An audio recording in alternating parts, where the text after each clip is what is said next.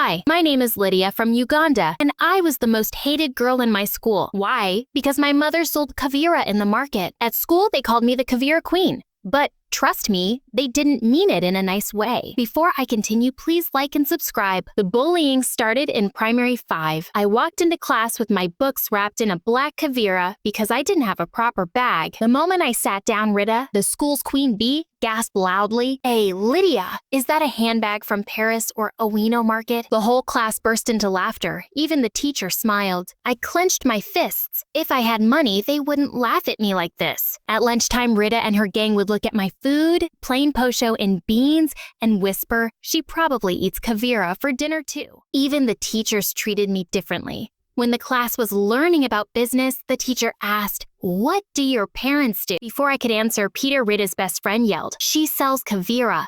If you need one, just ask her." That day, I went home in tears. "Mama, why do people hate us for being poor?" My mother sighed and hugged me. "Let them laugh, my child, but never be ashamed of what puts food on your table." One day, the school announced a business innovation competition. The winner would get 1 million Ugandan shillings and a chance to meet real business leaders. I wanted to enter. But what did I have? I wasn't smart like Rita, who memorized books.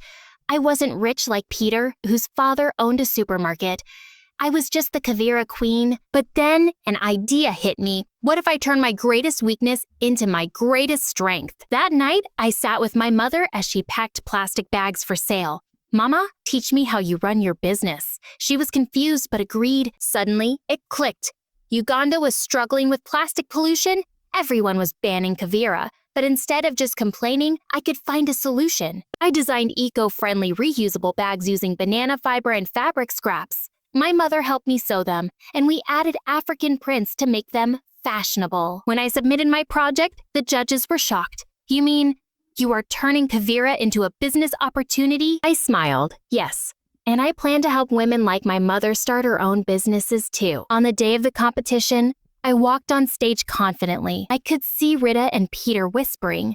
They were waiting for me to embarrass myself. I took a deep breath and started my presentation. Uganda produces over 600 tons of plastic waste every day. Kavira is banned, but people still need bags. So instead of waiting for change, I decided to create it. I showed them my reusable kavira alternatives, bags that were strong, stylish, and environmentally friendly. The audience gasped. Even the judges leaned forward. When I finished, there was silence. Then thunderous applause. The head judge stood up.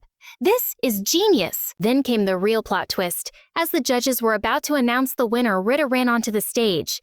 "Wait, Lydia stole this idea from me," she shouted. The crowd gasped. I froze. But before I could speak, my mother's voice echoed in my head. "Never be ashamed of what puts food on your table." I straightened my back. "No, it's not true," I said firmly. "But if Rita is so interested in my business, maybe she can be my first customer?" The judges whispered among themselves.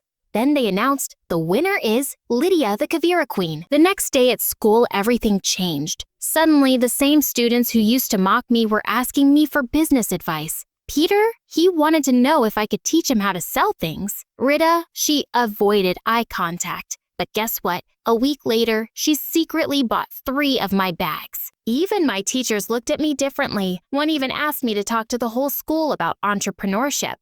But the best part? With my prize money, I helped my mother open a small shop instead of selling kavira on the streets. Never be ashamed of your background, because sometimes the thing people mock you for might be the very thing that makes you great.